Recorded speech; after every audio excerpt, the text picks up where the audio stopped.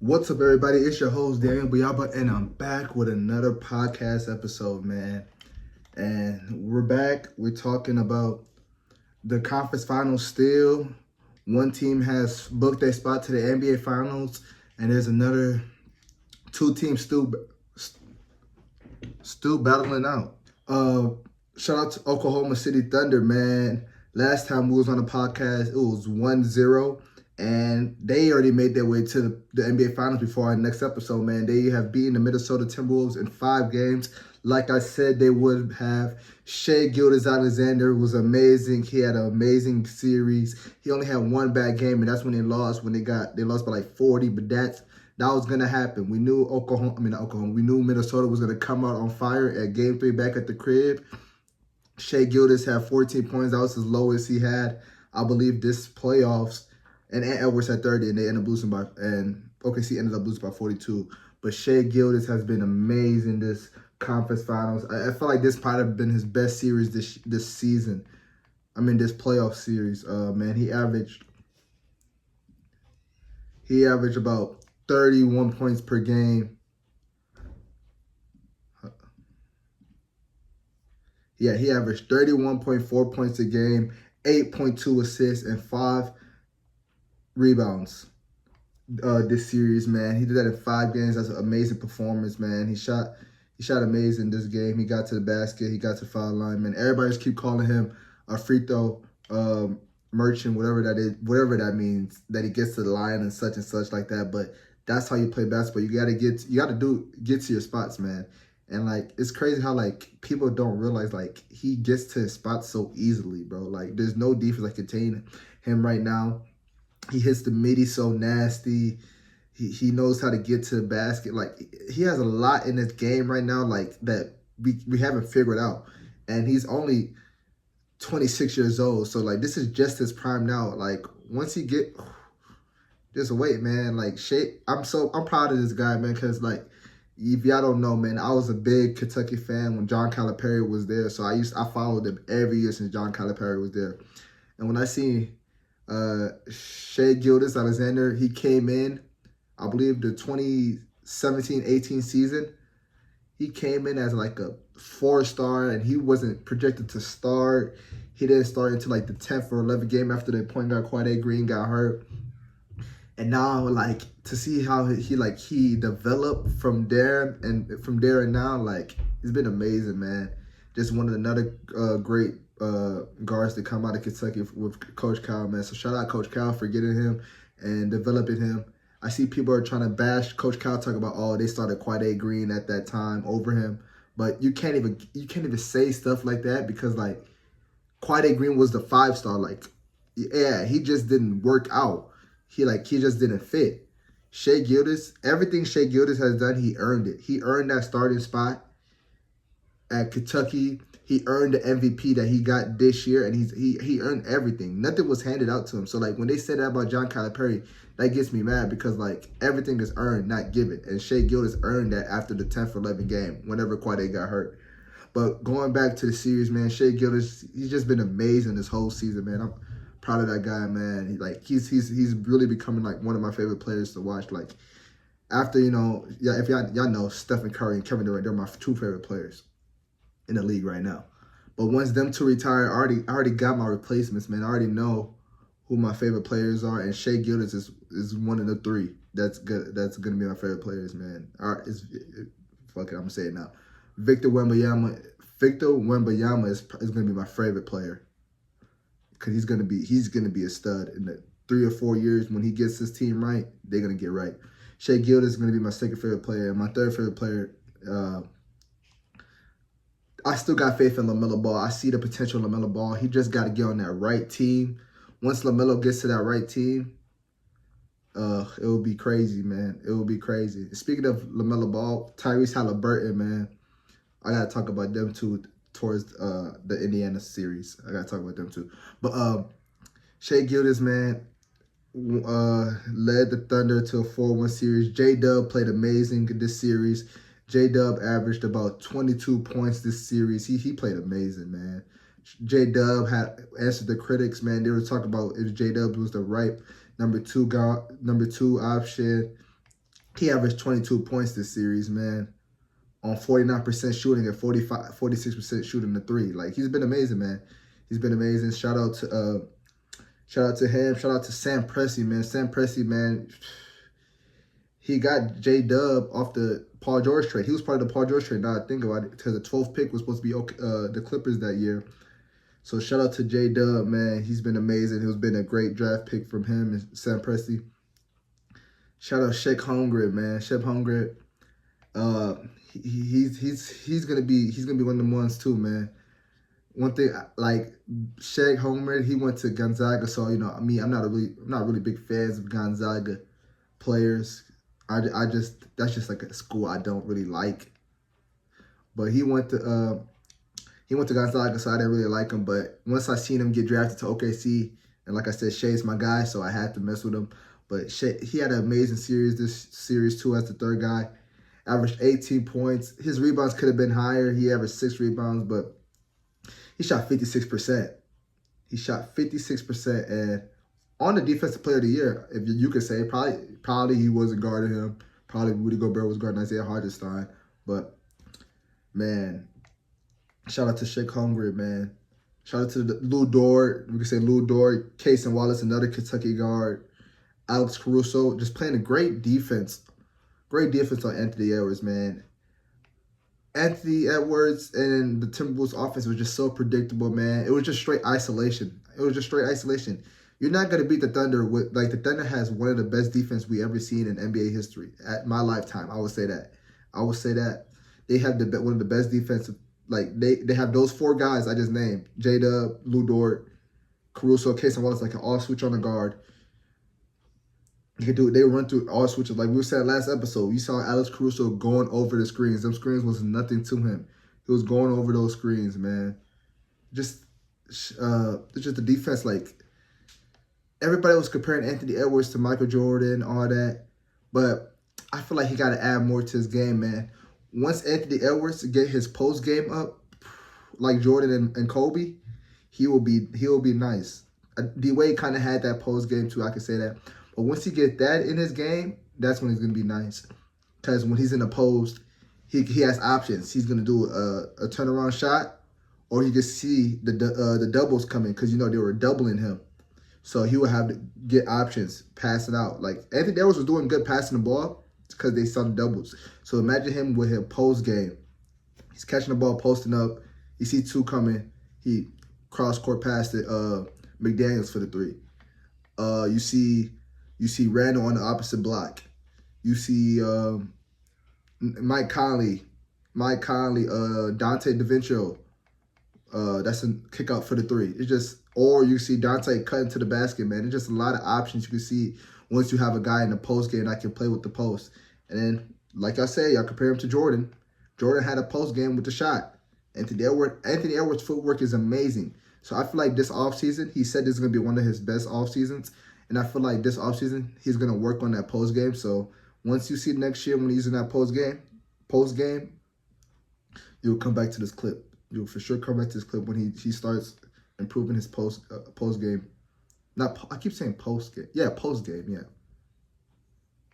But shout out, like I said OKC was going to win the 5. Me personally, I didn't think the Wolves were a great team. Like I kept saying, if Steph Curry would have played, I felt like the Warriors would have still won that series.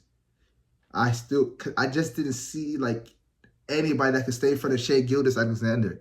So I don't think, honestly, anybody was going to stay in front of Steph Curry.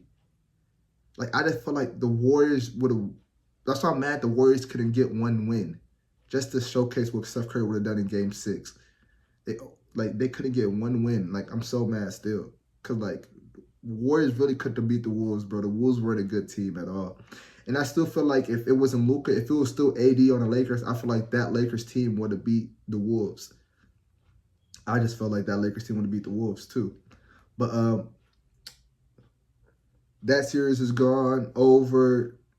Shai Gilgeous-Alexander, Western Conference Finals MVP, 4 more wins to the championship game.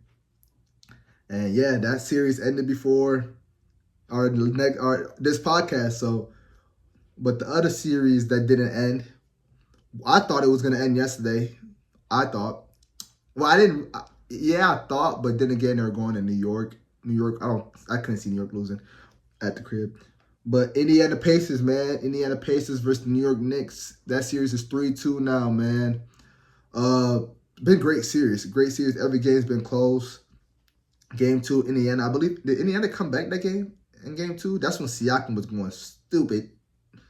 His Siakam post game, man. That's like his post.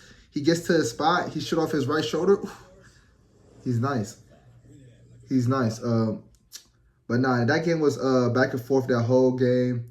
Siakam had 39. The whole starting five had 10. That's why I just like the Pacers. Just deep, man. They're a deep team. I just like their team. Brunson had 36. Cat had 20. Mikal 20. That's when the Knicks weren't using their bench that much. Because that's when they played 3 guys. Then people on ESPN, people on TNT was talking about the Knicks got to use their bench. Tom Thibodeau finally listened.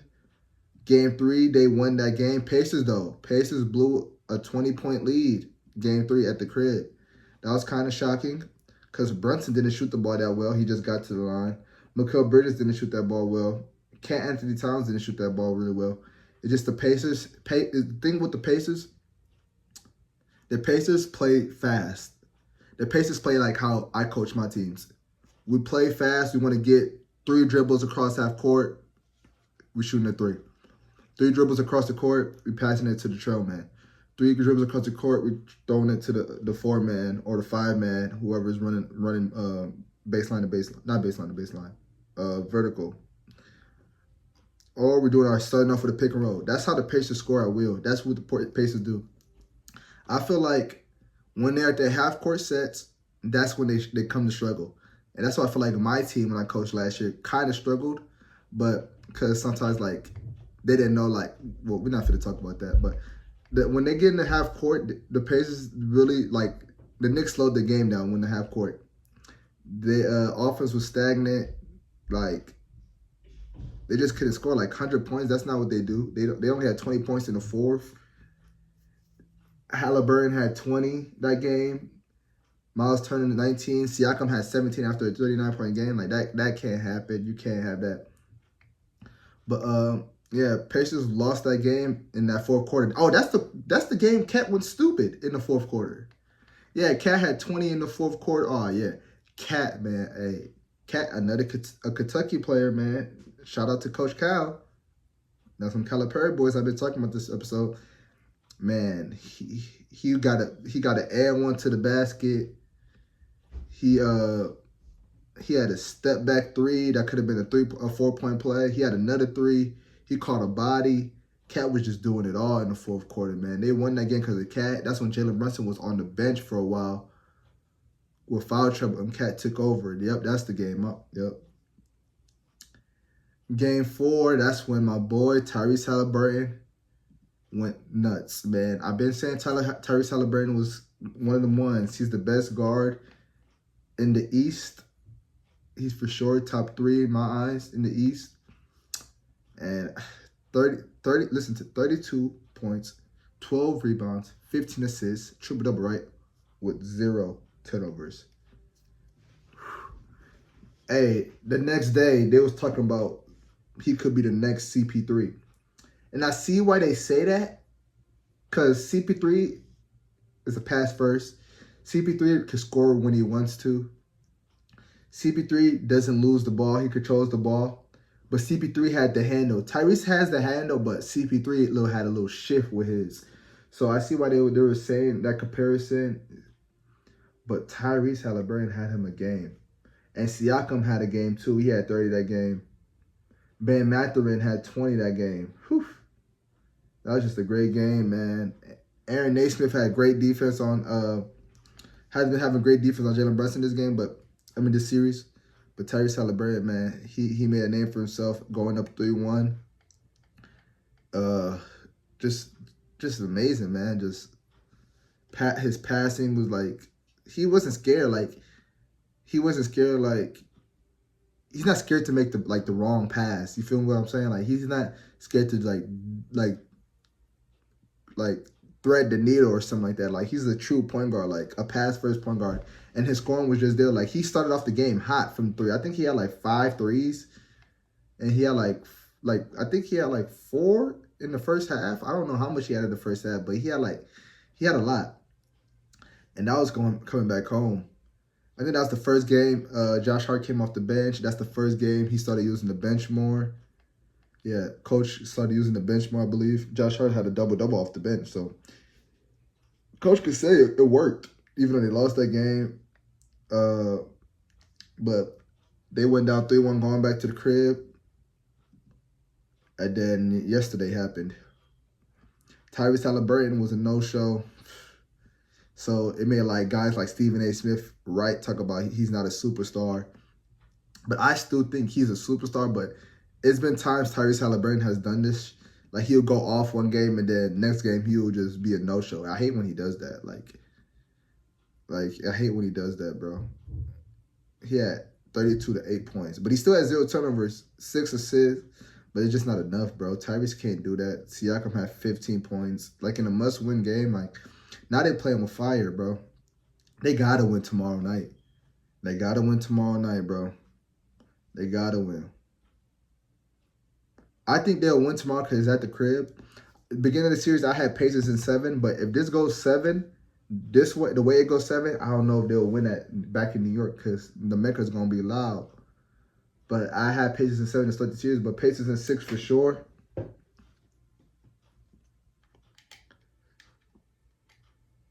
I got Pacers winning tomorrow night, but Siakam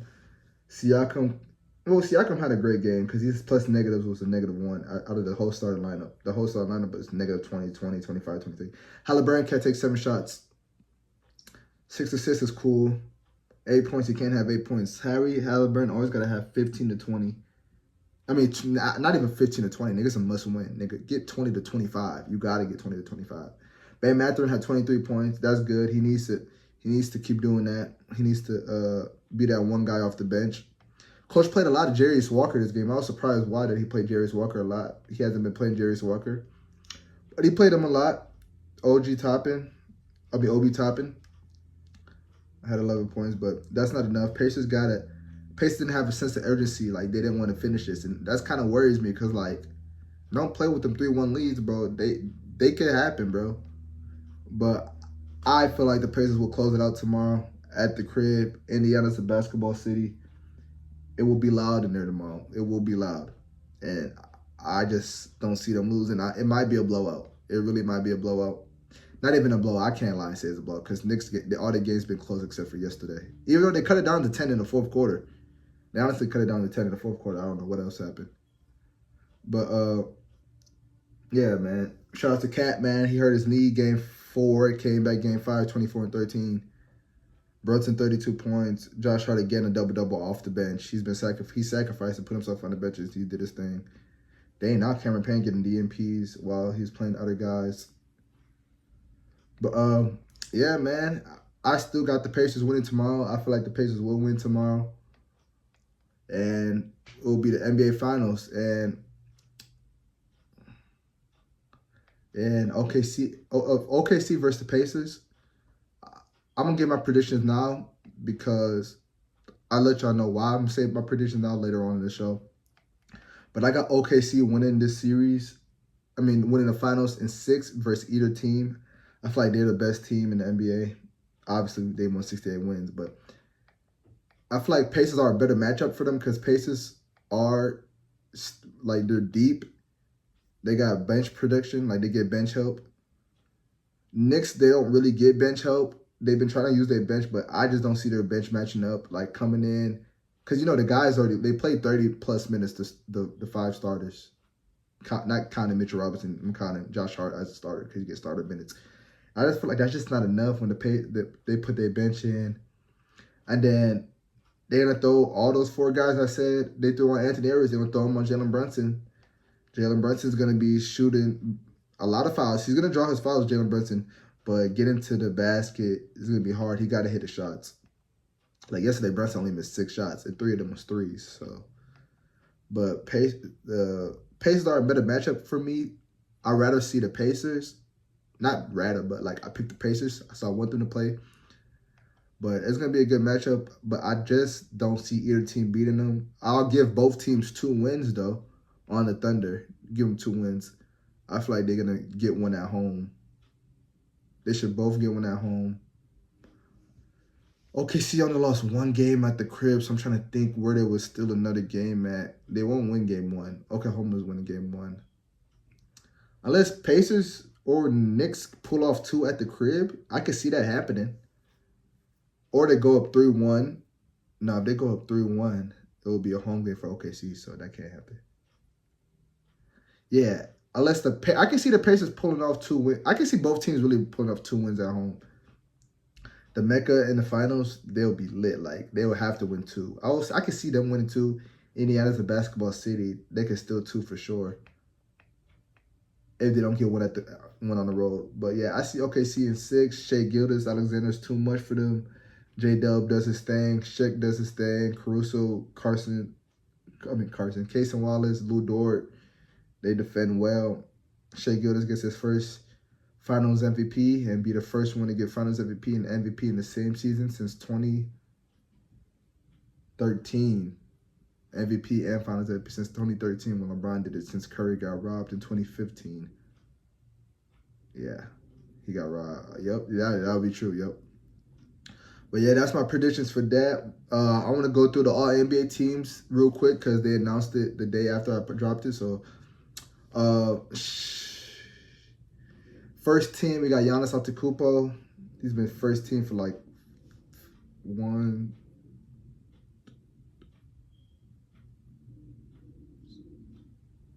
for 6 straight years. He's been first team. So shout out Giannis. Shea Gilgeous, of course, he got it. Of course, he got it. First team, 3 straight years. Shout out to him. Nikola Jokic got first team again. Back-to-back years, first team. Jason Tatum got first team. Get well soon, Jason Tatum. Can't wait for his comeback.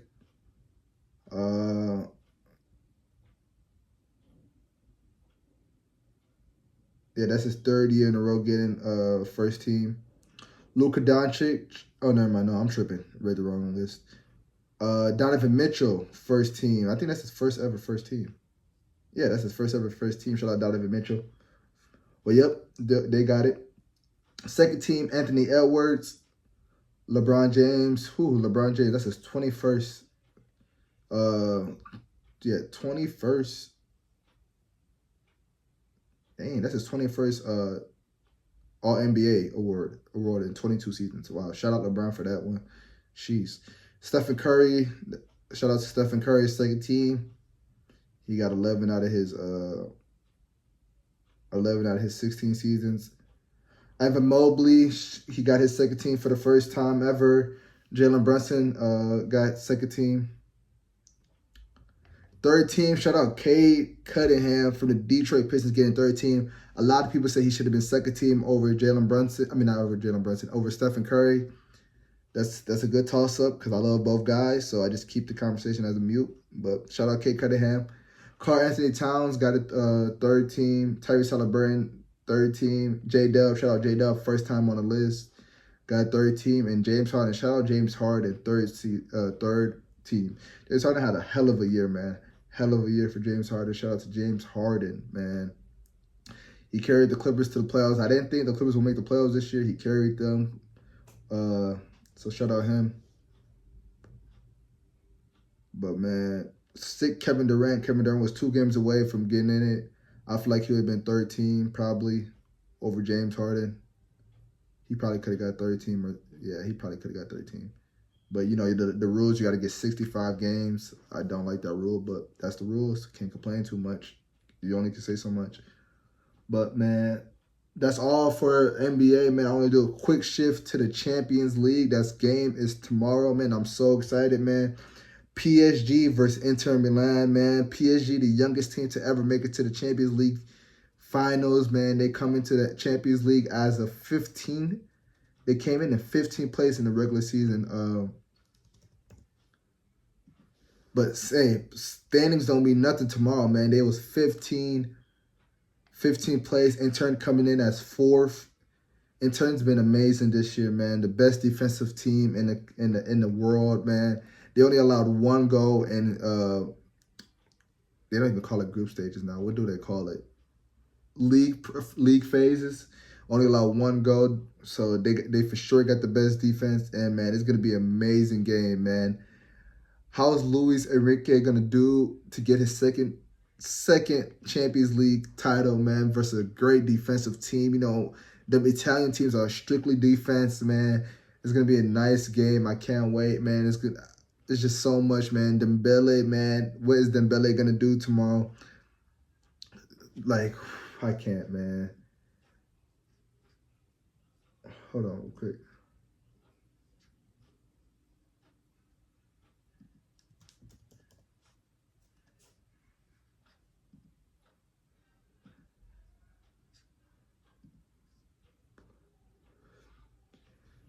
Man, it's gonna be, oh my bad. Dembele, man, it's gonna be a lot. Dembele, what he's gonna do.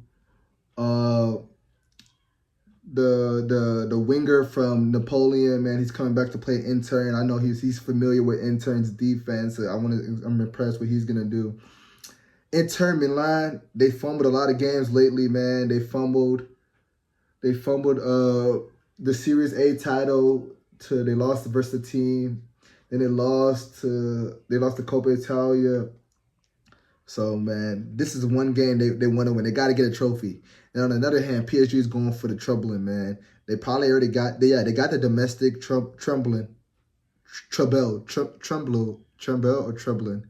It's Treboe. Treble, probably treble. They got the domestic treble. They won everything in France. The Farmers League, they won that. They won the French Cup. They won whatever, all the things they won there. It was too easy for them. They want the big boys. They beat every team in Premier League that's faced them. They beat Arsenal. They beat Aston Villa, Manchester City, Liverpool. You name it, they beat them. They beat every team. Now they coming for the Italians. They coming for the Italians, man. It's gonna be a great game in Germany tomorrow, man. Interns. I'm really excited to see Dumfries. And their sets, because they're gonna run I'm probably sure they're gonna run a 3-5-2 again. So I'm really interested to see Dumfries, how he's gonna do at the midfield spot, man. DeMarco, he's gonna do amazing. These names I can't pronounce. Like, bro, I know these guys, but their names pronouncing it gives me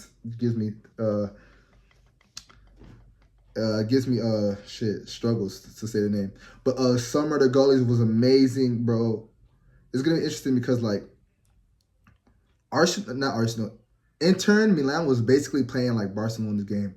When they play Barcelona, they do Barcelona doesn't defend well, but they got to score versus Barcelona.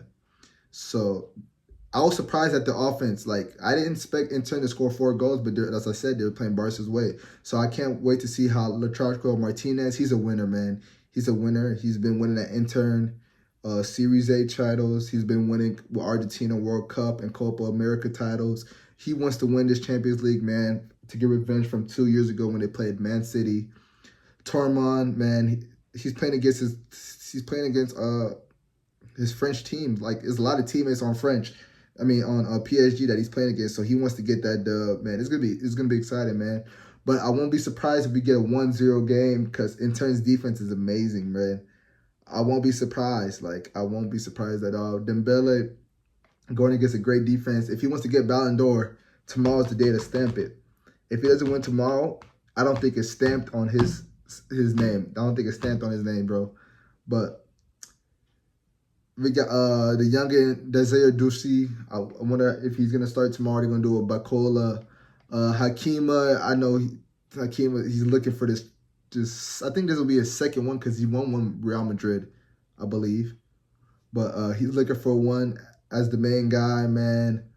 Marquinhos, the Brazilian defender, the captain.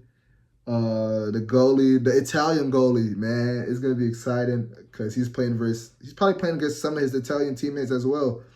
So they got a lot of bloodbath from both sides, man. They're not goalie. Their coach, man, this is basically the same team from 2 years ago when they lost to City, man. I know they're going for revenge, not revenge, but like redemption, because like they lost to that, they lost to City, and it's like I feel like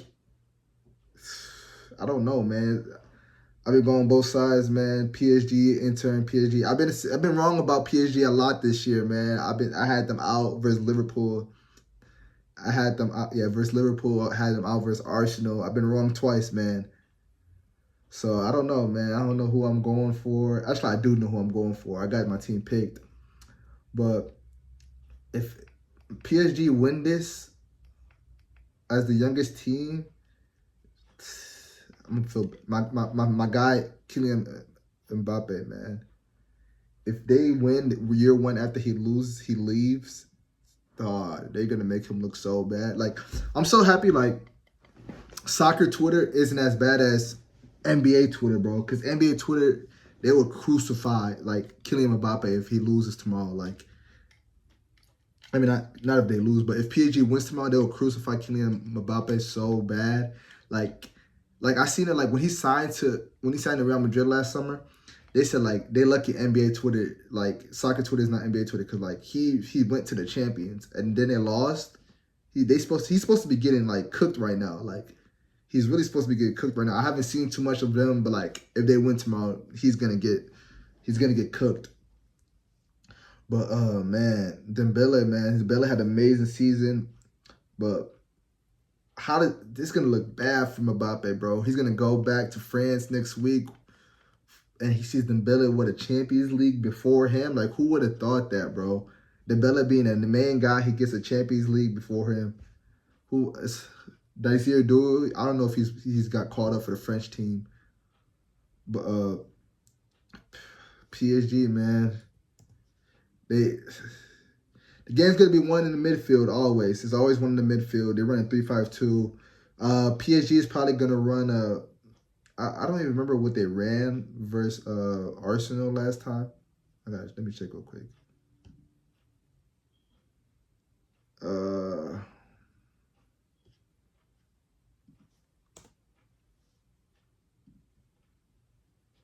on, man. Laptop, don't fold on me.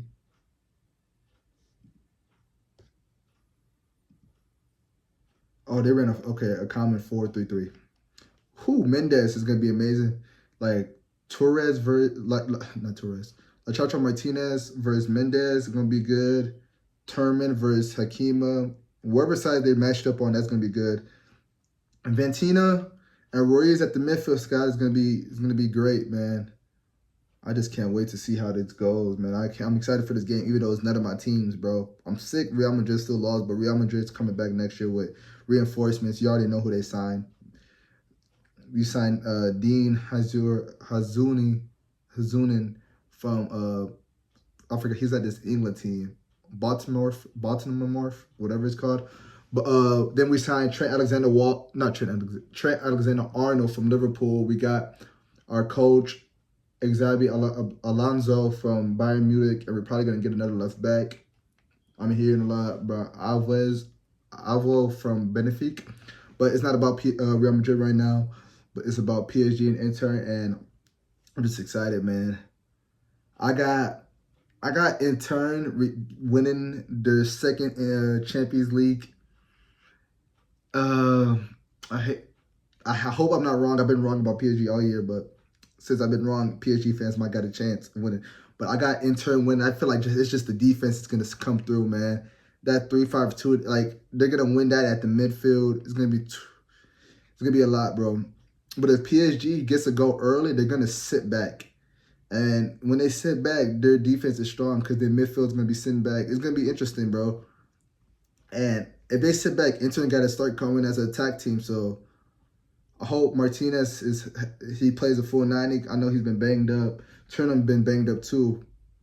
But I got Inter winning probably 1-0, 2-0. Wouldn't be surprised, bro.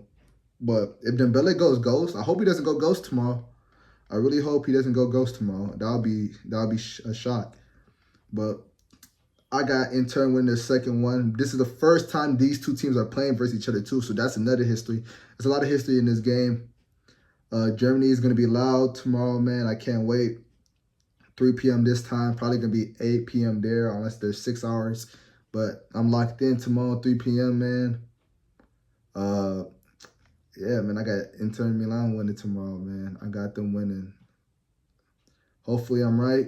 If I'm wrong, then me and Mbappe is going to get crucified together, bro. We're going to take that L together. But, yeah, man. This is not the last soccer coverage I'm doing. I'm going to do the Club World Cup too. I want to talk a little Club World Cup because that's a chance for Real Madrid to get its first title with Xavi Alonso. And the last tournament with Luka Modric. If y'all guys don't know, Luka Modric is retiring. I mean, he's not retiring, but he's leaving Real Madrid. They didn't find a contract with him. I'm sick about that because I want him to retire with Madrid. I want him to retire after the World Cup next year, but it's sad that he's going. Lucas Vasquez is also leaving Real Madrid. So, yeah, I'm going to be covering the Club World Cup. But this is probably going to be my last episode for a while. I don't think I'm going to do an episode next week. I'm preparing to go out the way. I'm going somewhere, and I'm probably not going to be having time to do the podcast. And by the time I come back, the NBA Finals will be done. So that's why I did my finals predictions now. So, yeah. That's why I did the finals predictions. And by the time I come back, it should be... The Club World Cup is already going to begin. The Club World Cup will already be beginning, so I'll be watching those games where I'm at. I'm going to Congo, back home to Africa, so I'll be watching those games there. Hopefully, we watch the soccer games there. But yeah, the day I come back, the week I come back, that Thursday, we're gonna do a recap of the Club World Cup games. Probably talk about the NBA draft, NBA Summer League, whatever, and then we will probably say shout out to the winners of the NBA Finals, which probably gonna be OKC. But yeah, man, I'm going to Africa next Monday, not this Monday, next Monday. So wish me safe travels, all that. But yeah, this is the last podcast for a while, man. Like, share, subscribe, turn your post notifications on, and we are out.